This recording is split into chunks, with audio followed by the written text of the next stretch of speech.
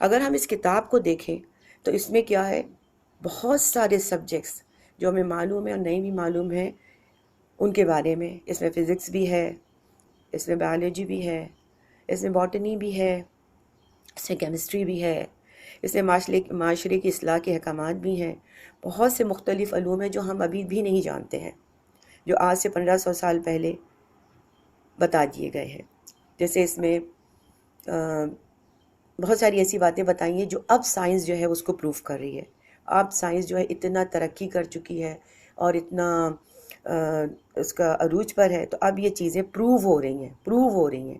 اللہ تعالیٰ نے پہلے بتا دیا ہے، تو یہ اللہ ہی بتا سکتے ہیں جو رب العالمین ہے، جس نے کائنات بنائی ہے اور جو خالق ہے، مالک ہے، اور جو جانتا ہے اس چیز کی، ہر چیز کی حقیقت کے بارے میں. تو اللہ تعالیٰ ہی جو ہے اس کے بارے میں ہمیں بتا رہے ہیں، اور جو چیز اب ہم پروف کر رہے ہیں، یعنی ہر چیز پہ ہمیں اس کی ایمان لانا ہے. حضور صلی اللہ علیہ وسلم نے یہ چیزیں اللہ تعالیٰ نے حضور صلی اللہ علیہ وسلم کے ذریعے ہم تک پہنچائی. حضور صلی اللہ علیہ وسلم تو امی تھے، ان کو تو اس چیز کے بارے میں کوئی علم نہیں تھا.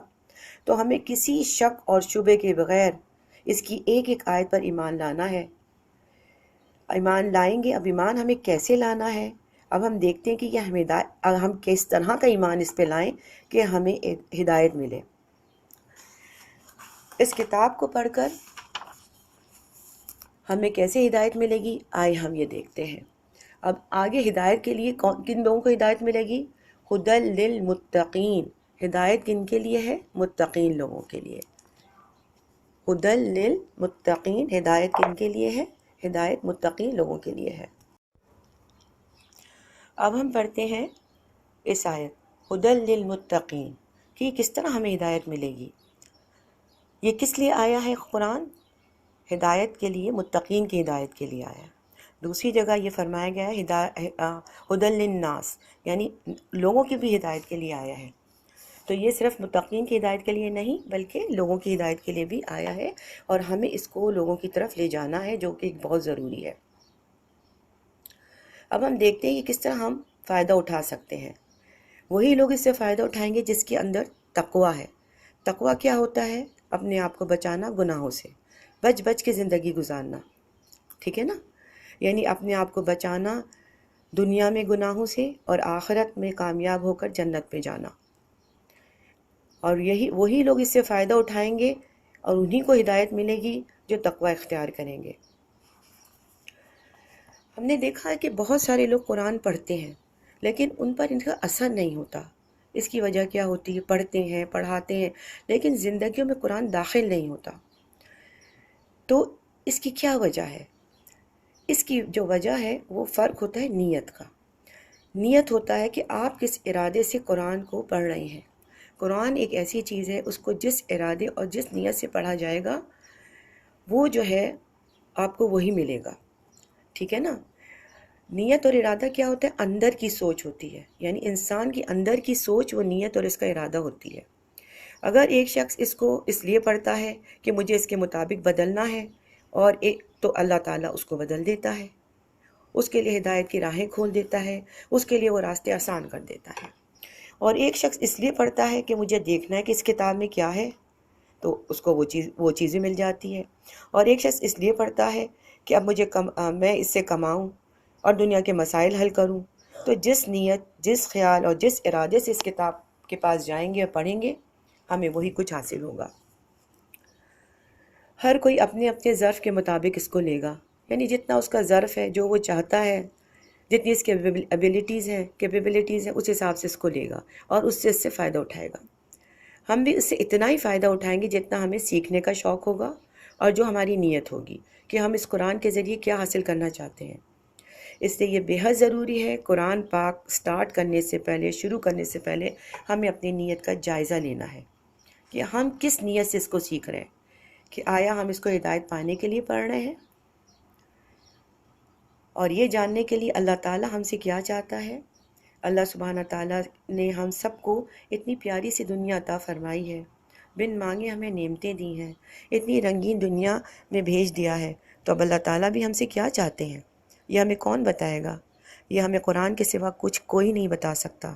یہ قرآن ہمیں نبی صلی اللہ علیہ وسلم کے ذریعے ہماری تک پہنچایا گیا ہے. تو یہ قرآن ہی ہمیں بتائے گا کہ ہمیں کیا اللہ ہم سے کیا چاہتے ہیں. جب قرآن ہمیں یہ پتہ چلتا ہے کہ اللہ کیا چاہتے ہیں تو پھر ہم اپنی زندگی کو دیکھیں کیسے موڑ لیتے ہیں. ہم اپنی زندگی کو کیسے بے خوف و خطر بے فکر ہو کر اپنے رب کی طرف چلتے ہیں اور اپنے رب کے راستے پر چلنے کی کوشش کرتے ہیں. یعنی جو قرآن کہہ رہا ہے وہ مجھے کرنا ہے، چاہے کوئی بھی رکاوٹ آئے اس کو مجھے عبور کرنا ہے. یہ اللہ کی بات ہے جو جھوٹی نہیں ہو سکتی، اس میں میرا فائدہ ہی فائدہ ہے. جب اللہ کے لیے ہم اپنے آپ کو بدلنے کی کوشش کرتے ہیں تو اللہ کی رضا حاصل ہوتی ہے. پھر یہی سوچ رہتی ہے کہ مجھے آخرت میں کامیاب ہونا ہے اور مجھے اس کے لیے کیا کیا کرنا ہے. وہ گھر جس میں مجھے ہمیشہ رہنا ہے، وہ دنیا کا گھر نہیں ہے، وہ آخرت کا گھر ہے اور کبھی وہاں سے واپس نہیں آنا. وہ گھر ہمیشہ کے لیے ہے. تو یہ یاد رکھیں کہ ہدایت کا تعلق تقوی سے ہے یعنی متقین سے. اب تقوی کیا چیز ہے؟ تقوی اندر کی سوچ ہے، اندر کا احساس کا نام ہے، اندر کے شعور کا نام ہے کہ آپ کے دل میں کیا ہے. اب ہمارے دل میں کیا ہے یہ تو ہم ہی جانتے ہیں یا ہمارا رب جانتا ہے. ہمارے سوا اور ہمارے رب کے سوا کوئی نہیں جانتا. دل میں کچھ اور زبان میں کچھ اور نہیں ہونا چاہیے. اگر یہ ہوگا تو پھر ہم ہدایت نہیں پائیں گے. جو بالکل سچے ہیں، جو چاہیں گے ہدایت کے لیے، ان کو ہدایت ملے گی. اور جن کے اندر تقوی ہے، اندر آگ سے بچنے کی، دنیا میں گناہوں سے بچنے کی طلب ہے، تڑپ ہے، ان کو ہدایت ملے گی. جس کو فکر ہوگی کہ دنیا میں گناہوں سے اور آخرت سے میں عذاب سے بچ جاؤں، تو انشاءاللہ وہ اپنے اندر تقوی پیدا کرنے کی کوشش کرے گا.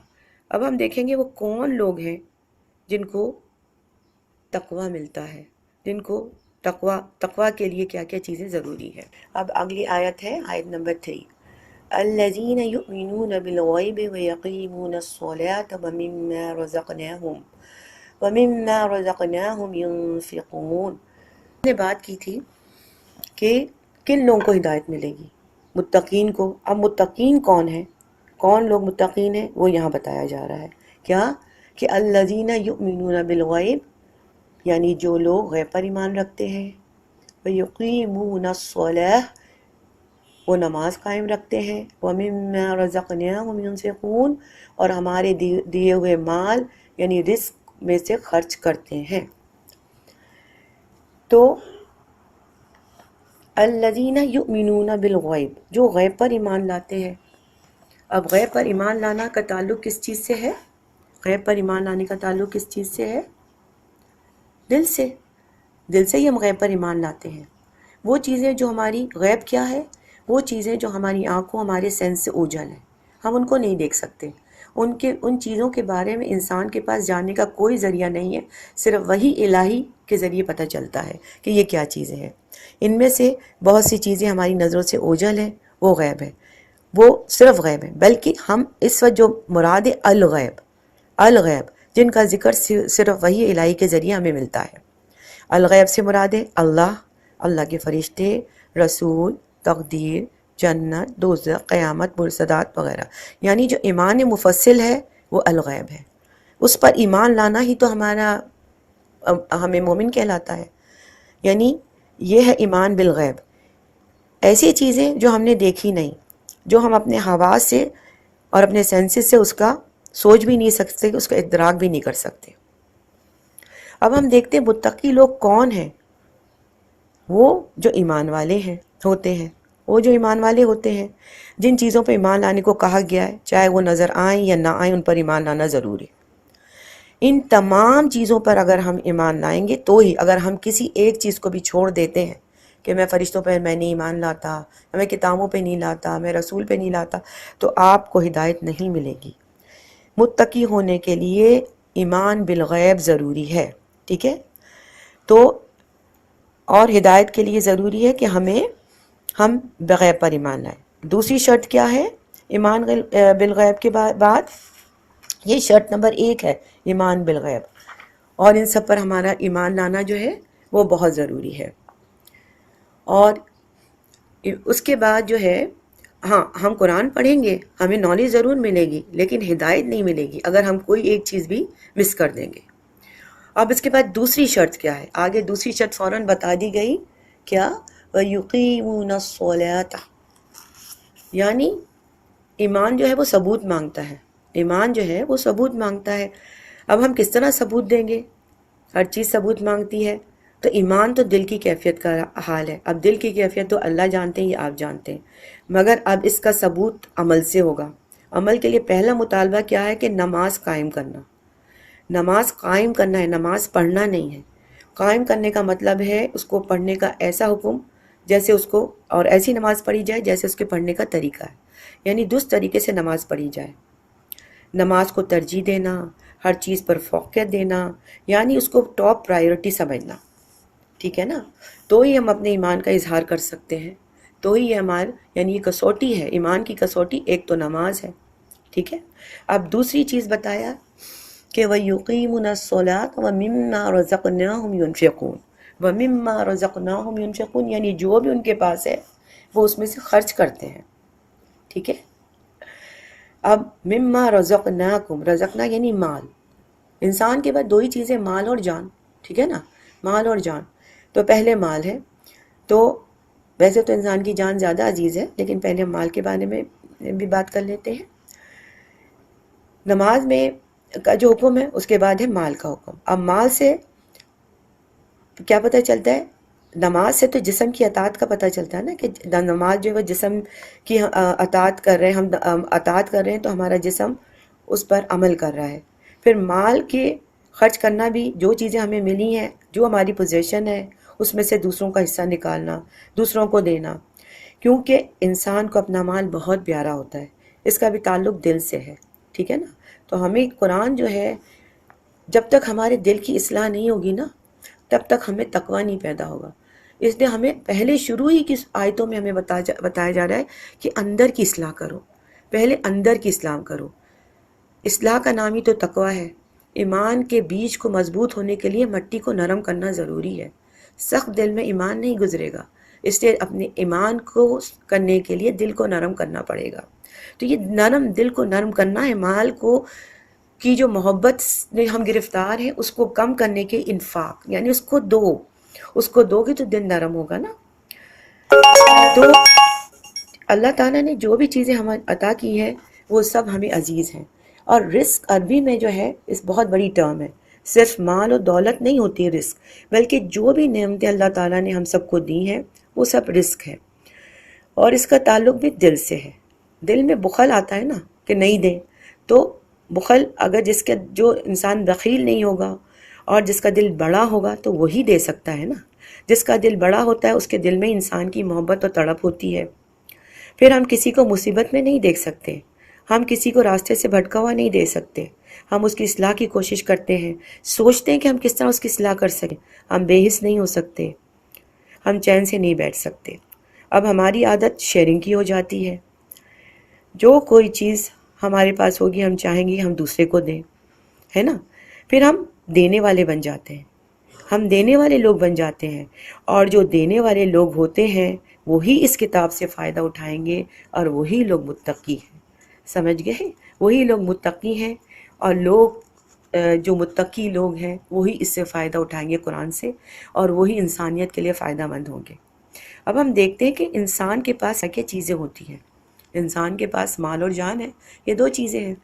مال تو ایک مادی چیز ہے، یعنی دو چیزیں انسان کے پاس ہوتی ہیں، ایک مادی چیز جو مٹیریل چیز ہوتی ہے، ایک کہتے ہیں معنوی چیز، جیسے علم ہے، ایمان ہے، اسلام ہے، ٹھیک ہے نا، جن کو یو کانٹ ٹچ دیم، یہ چیزیں آپ کے اندر ہوتی ہیں، ٹھیک ہے نا، آپ کے پاس ہوتی ہیں۔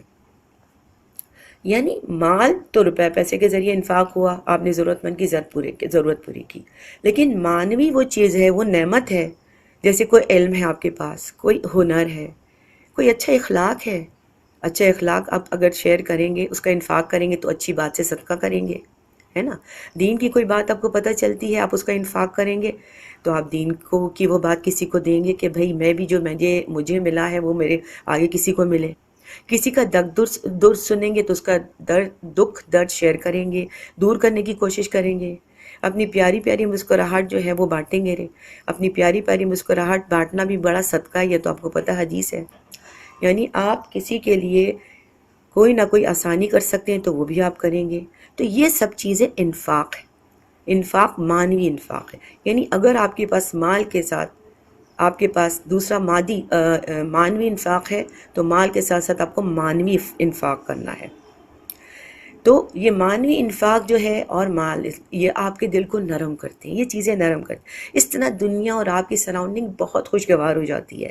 آپ دیکھیں، اور اس میں ہمارا جو معنوی انفاق ہے سراؤنڈنگز کو خوشگوار بنانے میں یہ بہت ضروری ہے۔ اب آپ یہ دیکھ لیں، یہ تو طے ہے اور سب کو معلوم ہے، نیکی یا بدی ہمیشہ لوٹ کر آتی ہے، ٹھیک ہے نا؟ اگر آپ ایک ذرا بھی انفاق آپ کریں گے، نیکی کو پھیلائیں گے، تو واپس بہت بہتر اور بہت اچھی شکل میں اللہ کی طرف سے ملتا ہے۔ نیکیاں تو ملیں گی، لیکن آپ گمان نہیں کر سکتے کہ وہ کس طرح اور کس شکل میں آپ کو اس کی بھلائیاں دنیا میں بھی ملتی ہیں۔ جب جس انسان میں تقویٰ ہوتا ہے تو اللہ سبحانہ تعالیٰ اس کی بصیرت اور بڑھا دیتے ہیں، اس کو بصیرت دے دیتے ہیں۔ پھر بندہ ظاہر کو نہیں دیکھتا، یہ جو ہو رہا ہے اس کو نہیں دیکھتا، اس کے لانگ ٹرم فائدے دیکھتا ہے، آخرت کی طرف اس کا رجحان ہوتا ہے، آخرت کی طرف اس کی نظر ہوتی ہے، تو وہ اپنے آپ کو خیر بانٹنے والا بنا لیتا ہے، تو وہ خیر بانٹنے والے بن جاتے ہیں۔ یہ صرف کون لوگ کر سکتے ہیں؟ متقی لوگ کر سکتے ہیں۔ تقوی اندر اور اخلاق باہر، یہ دو چیزیں انسان کے اندر ہو جائیں تو دنیا بدل سکتی ہے۔ یعنی تقوی اندر، تقوی کا اظہار کیسے ہوگا؟ اخلاق سے، تو اخلاق باہر۔ دوسرے انسان کے ساتھ معاملہ کرنے کا طریقہ اخلاق سے ہو تو بہت تبدیل ہو جاتا ہے۔ اندر کی اصلاح کرنا ہی تقوی ہے۔ تو ایمان کو مضبوط کرنے کے لیے ہمیں اپنے اندر کی مٹی کو بہت نرم کرنا ہوگا، ہے نا، بہت نرم کرنا ہوگا۔ یہ مٹی بڑی زرخیز ہے اور اس کو معلوم ہے، ہمارے دل کو معلوم ہے، ہمارے دل کی، ہماری روح کی غذا کیا ہے، یہ آپ سب کو معلوم ہے، قرآن پاک روح کی غذا ہے۔ اس کو تلاوت سے، اس کو سمجھ کے ہمیں اپنی مٹی کو زرخیز کرنا ہے۔ تو یہ آج میں نے آپ کو ابھی تک 3 آیتوں کی ایکسپلینیشن دی ہے، کیونکہ یہ بہت امپورٹنٹ ہے کہ متقی کون ہے، اس سے ہدایت کون پائے گا۔ تو یہ مجھے اس کے لیے بہت ڈیٹیل میں جانا تھا، تو اس لیے میں نے تھوڑا سا مجھے ٹائم لگا۔ تو بس اللہ تعالیٰ ہم سب کو عمل کرنے والا بنائے، اور اللہ تعالیٰ قبول فرمائے جو ہم نے کیا، اس میں جو غلطیاں، جو کوتاہیاں ہوئی ہیں، اللہ ہمیں معاف کرے۔ آیت نمبر 4، والذین یؤمنون بما انزل الیک وما انزل من قبلک وبالآخرۃ هم یوقنون۔ ترجمہ، اور جو لوگ ایمان لاتے ہیں اس پر جو آپ کی طرف اتارا گیا اور جو آپ سے پہلے اتارا گیا، اور وہ آخرت پر بھی یقین رکھتے ہیں۔ یہ وہ لوگ ہیں کہ نہ صرف اپنی کتاب یعنی قرآن مجید پر، بلکہ جتنی بھی کتابیں نازل ہوئی ہیں اور جتنے بھی صحیفے نازل ہوئے ہیں ان سب پر یقین رکھتے ہیں، اور تمام پیغمبروں کو بھی پر بھی یقین رکھتے ہیں۔ صرف اپنے پیغمبر کو نہیں مانتے، تمام پیغمبروں کو بھی مانتے ہیں۔ یہ کتنی بڑی بات ہے۔ یہ لوگ جو ہیں صرف اپنے نبی، اپنے رسول کے علاوہ تمام نبی، تمام رسولوں کو، اور اس کے علاوہ جو جتنی بھی کتابیں نازل ہوئی ہیں، 4 کتابیں اور جو صحیفے نازل ہوئے ہیں، ان سب پر بھی ایمان رکھتے ہیں۔ اور یہ وہ لوگ ہیں جن کی زندگی آخرت پہلے ہوتی ہے، یعنی ان کی زندگی آخرت اورینٹڈ ہوتی ہے۔ آخرت کو صرف مانتے ہی نہیں بلکہ اس پہ یقین کرتے ہیں، یعنی یقین جو ہے وہ ایمان کا آخری درجہ ہے۔ اگر یقین ہوگا تو ہم جنت کے حصول کے لیے ہماری کوششیں ہمارے لیے آسان ہو جائیں گی۔ یقین، مکمل یقین، یعنی ان کو یقین ہے کہ موت ہوگی، پھر قبر میں منکر و نکیر کا حساب ہوگا، عالم برزخ ہے، اور پھر آخرت میں جنت اور دوزخ ہے۔ ان کا جو گول ہوتا ہے وہ صرف جنت کا حصول ہوتا ہے، یعنی جنت انعام میں چاہیے ہوتی ہے۔ اب کسی چیز کو انعام میں حاصل کرنے کے لیے اس کے لیے محنت تو بہت کرنی پڑتی ہے، اس لیے وہ اس گول کے حصول کے لیے دن رات اسی محنت پہ رہتے ہیں، اور اس لیے ان کے ذہن میں ہر وقت آخرت کا خیال رہتا ہے کہ آخرت میں سوال اور جواب کی فکر ان کو ہوتی ہے، اور ان کی زندگی اسی حساب سے گزرتی ہے۔ سبحان اللہ، اللہم اجعلنا منہم۔ یعنی ہر غلط کام کرنے اور ہر بات غلط کرنے سے پہلے وہ سوچتے ہیں کہ اس کا مجھے حساب کتاب دینا ہے۔ تو الحمدللہ یہ تھی آیت نمبر 4۔ اب اس کے بعد ہم آتے ہیں آیت نمبر 5 پہ۔ اولئک علی ھدی من ربہم واولئک ھم المفلحون، یعنی یہی لوگ اپنے رب کی طرف سے ہدایت پر ہیں اور یہی لوگ فلاح اور نجات پانے والے ہیں. یہی لوگ فلاح اور نجات پانے والے ہیں. یعنی یہ ان ایمان اور متقی لوگوں کا انجام بتایا جا رہا ہے. ایمان والے جو متقی لوگ ہیں. کون لوگ ہیں؟ یعنی جو ہدایت پر آ گئے ہیں اور ہدایت پر آنا چاہتے ہیں. متقی لوگ، یہ لوگ ایمان لے آئے ہیں تو ان کا جو عمل ہوتا ہے اور تقوی، ان کا عمل جو ہے وہ تقوی کے اوپر ہوتا ہے، اور وہ چاہتے ہیں کہ اپنے عقیدے سے تمام کام صحیح طور پر انجام دیں، اور وہ آخرت میں اللہ کی رضا اور اس کی رحمت اور مغفرت کے حصول کے لیے کام کرتے ہیں. اور ساتھ ہی دنیا میں وہ چاہتے ہیں کہ وہ سعادت مندی سے دنیا کی زندگی کو گزاریں، اللہ کے احکامات پہ چڑھ کے گزاریں، کیونکہ وہ چاہتے ہیں کہ دنیا میں ہم کسی بھی طرح سے اپنی زندگی کو جو ہے اللہ کے راستے پہ گزارنے کے لیے اپنی زندگی میں جو بھی ان کو کوششیں کرنی پڑیں، اور اس تقوی کے حصول کے لیے اور اپنے عمل کو اللہ کی رضا کے لیے کرنے کے لیے وہ بہت کوشش اور محنت کرتے ہیں. سبحان اللہ. اور ورنہ اصل کامیابی تو ہم سب کو معلوم ہے کہ اصل کامیابی تو آخرت کی کامیابی ہے. تو وہ دنیا میں رہ کے آخرت کی کامیابی کے حصول کے لیے وہ کام کرتے ہیں، جو کہ اور اس میں چاہے جتنی بھی تکالیف آئیں، جتنی بھی مشکلات آئیں، وہ اس کو سعادت مندی سے ان مشکلات کا مقابلہ کرتے ہیں، صبر شکر کے ساتھ کرتے ہیں. اور جیسے اللہ تعالیٰ نے کہا گیا ہے کہ مصیبت کے وقت تم جو ہے نماز اور قرآن سے اور دعا سے اللہ سے مدد مانگو. تو یہ وہ راستہ اختیار کرتے ہیں، اور یہی لوگ جو ہیں وہ کامیاب ہیں، مفلحون ہیں، ٹھیک ہے، فلاح پانے والے. سورہ البقرہ آیت نمبر 6 اور 7. اب ان کی ہم تفسیر کریں گے. ان الذین کفروا سواء علیہم اانذرتہم ام لم تنذرہم لا یؤمنون.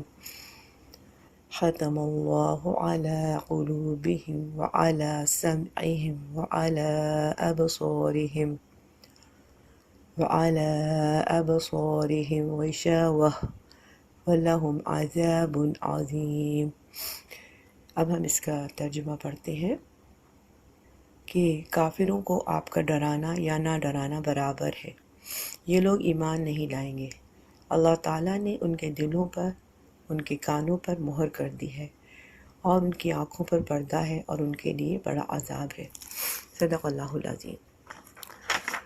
ان آیات میں اللہ تعالیٰ نے ان لوگوں کا ذکر کیا ہے جن کے آگے سامنے حق کو پیش کیا گیا اور انہوں نے اس سے انکار کیا. اس سے پہلے جو 5 آیتیں تھیں اس میں اس گروپ کے بارے میں بتایا گیا تھا جن کے سامنے حق کو سنایا گیا اور انہوں نے اس پر یقین کر لیا اور اللہ کے نیک بندے بن گئے. یعنی دنیا میں ہمیشہ آپ کو 3 طرح کے لوگ ملیں گے. ایک جو حق کو پہچانیں گے اور لبیک کہیں گے، ایک جو بالکل حق سے انکار کریں گے، اور ایک تیسرے لوگ ہیں جس کا آگے ذکر ہوگا، وہ جو ہے حق کو جانیں گے، بوجھیں گے، اور کبھی تو آپ کے سامنے جانیں گے، بوجھیں گے، کبھی اس سے انکار کریں گے، یعنی منافق ہوئیں گے. آپ کے سامنے وہ کچھ کہیں گے، وہ پیچھے کچھ ہوں گے. تو یہ 2 رخی لوگ ہوں گے. تو یہ 3 طرح کے لوگ دنیا میں پائے جائیں گے ہمیشہ سے. تو ابھی جو ان آیات 2 آیات میں بیان کیا گیا ہے، ان میں کفر کرنے والوں کے بارے میں بیان کیا گیا ہے. کفر کا مطلب ہے انکار کرنا، یعنی حق کو چھپانا، حق کو نہ ماننا. اب حق کو نہ ماننا، خواہ وہ قریش ہوں، اہل کتاب ہوں یا منافقین ہوں، ان میں سے کوئی بھی ہوں، جو بھی حق کا انکار کرنے والے ہیں، اللہ تعالیٰ فرماتے ہیں ان کے لیے برابر ہے کہ ان کو ڈراؤ یا نہ ڈراؤ، سمجھاؤ یا نہ سمجھاؤ، وہ سب برابر ہے. یہ لوگ سمجھنے والے نہیں ہیں. یا انذار کا لفظ جو استعمال ہوا ہے، انذار کا لفظ جو ہے، اس کو خوف زدہ کے معنوں میں نہیں ہے کہ ڈرانے والے. یہ ڈرانا جو ہے وہ خوف زدہ کے معنوں میں نہیں ہے، بلکہ یہ ڈرانا شفقت کے ساتھ کسی کو تنبیہ کرنا ہے، شفقت کے ساتھ کسی کو برے کام سے بچانے کے لیے محبت سے منع کرنا ہے. یعنی جیسے کوئی نیچے گر رہا ہو تو آپ اس کو کیا کریں گے؟ تنبیہ کریں گے، آرام سے اس کو بتائیں گے کہ تم نیچے گر جاؤ گے، رک جاؤ. تو یہ ڈرانے والا نہیں ہے. تنبیہ کرنا، کسی کی خیر خواہی چاہنا، یعنی کسی کی خیر خواہی چاہنے کے لیے آپ کسی کو منع کرتے ہو کسی چیز سے. یعنی اللہ تعالیٰ فرما رہے ہیں حضرت صلی اللہ علیہ وسلم سے کہ آپ ان کی خیر خواہی کریں، ان کو ڈرائیں یا نہ ڈرائیں. یہ نہیں مانیں گے کیونکہ اللہ نے ان کے دلوں میں مہر لگا دی ہے. ان کے اندر کی جو ماننے کی صلاحیت ہے اب وہ ہے ہی نہیں، وہ ختم ہی ہو گئی ہے. اس لیے کہ دل اور کانوں کو بھی اللہ تعالیٰ نے سیل کر دیا ہے اور آنکھوں پر بھی پردہ ڈال دیا ہے. ان کے لیے بڑا عذاب ہے. لیکن یہ کیوں کیا اللہ تعالیٰ نے ان کے ساتھ؟ اس کی کیا وجہ ہے؟ اللہ تعالیٰ ایسے تو دلوں کو مہر نہیں لگاتا نا. حدیث میں ہے کہ ہر بچہ فطرت پر پیدا ہوتا ہے، اس کے ماں باپ اس کو یہودی، عیسائی یا پارسی مجوسی بناتے ہیں. یعنی انسان پر ماحول جو ہے وہ اثر کرتا ہے. وہ اسی ماحول کے خول میں اتنا مگن ہو جاتا ہے کہ باہر کی کوئی چیز اس پر اثر ہوتی نہیں. اس کو کوئی دوسری آواز یا نئی آواز سمجھ میں نہیں آتی. اگر اس کو کوئی بات سمجھائی جاتی وہ سمجھتا ہی نہیں، وہ قبول ہی نہیں کرتا. اس کے لیے اس کا ماحول ہی اس کی دنیا ہے اور وہ اسی میں رہنا چاہتا ہے. وہ اپنے کلچر کو نہیں چھوڑنا چاہتا، اپنے پیاروں کو نہیں چھوڑنا چاہتا اور اپنے آباء و اجداد کے طریقوں کو نہیں چھوڑنا چاہتا. اس کے لیے بہت مشکل ہے. یہی وجہ تھی کہ کفار مکہ اور جن لوگوں نے بھی کفر کیا، اپنی ہٹ دھرمی، اپنے غرور اور اپنے تکبر کے بنا پر اپنے آباء و اجداد کا دین نہیں چھوڑنا چاہتے تھے. ان کی مثال آپ کے سامنے ابو جہل ہے، ابو لہب ہے، اسی طرح فرعون تھا. یہ سب لوگ جو ہیں انہوں نے اپنے اور بھی جو کفر کرتے ہیں وہ اپنے دین کو اپنے تکبر غرور کی وجہ سے نہیں چھوڑنا چاہتے تھے کہ یہ ہمارا آباء و اجداد کا دین ہے، ہم کیسے چھوڑ دیں. ان کے کفر یعنی حق کو جھٹلانے کی وجہ سے اللہ تعالیٰ نے ان کے دلوں پر مہر لگا دی. اللہ تعالیٰ نے ان کو موقع دیا، اللہ تعالیٰ نے حق کو سمجھنے کا ان کو موقع دیا، وقت دیا، ٹائم دیا. لیکن جب انہوں نے ہر چیز کو جھٹلایا اور کسی طرح سے مانتے نہیں تھے تو اللہ تعالیٰ نے ان کے دلوں کو پر مہر لگا دی، ان کے کانوں کو بند کر دیا اور ان کی آنکھوں پہ پردہ ڈال دیا. اب ہم دیکھتے ہیں کہ اللہ تعالیٰ نے پہلے دلوں پہ مہر لگایا، ان کے کانوں کو بند کر دیا. دل اور کان ایسی چیز ہے کہ جو کچھ بھی ان میں پڑ رہا ہے اس پر ہمارا کنٹرول نہیں ہے. تو لیکن آنکھوں پر ہمارا کنٹرول ہے. پہلے دل پہ مہر لگی، کانوں پہ مہر لگی، اس کے بعد آنکھوں پر پردہ ڈالا. آنکھوں کو پردہ جو ڈالا ہے وہ بالکل آخر میں ڈالا گیا ہے. اگر دل اور کان بند ہو گئے تھے تو آنکھیں تو دیکھ رہی تھیں، موقع ابھی بھی تھا. آنکھوں سے دیکھ کے کچھ ہم اپنے آپ کو سدھار لیتے، مگر جب آنکھوں سے بھی حق نظر نہیں آیا تو اللہ نے آنکھوں کے سامنے پردہ ڈال لیا. اب اس کفر کے انکار کی وجہ سے ان کے لیے بہت بڑا عذاب ہے، یعنی عذاب عظیم ہے. اللہم اجرنا من النار، اللہم اجرنا من النار. آمین یا رب العالمین.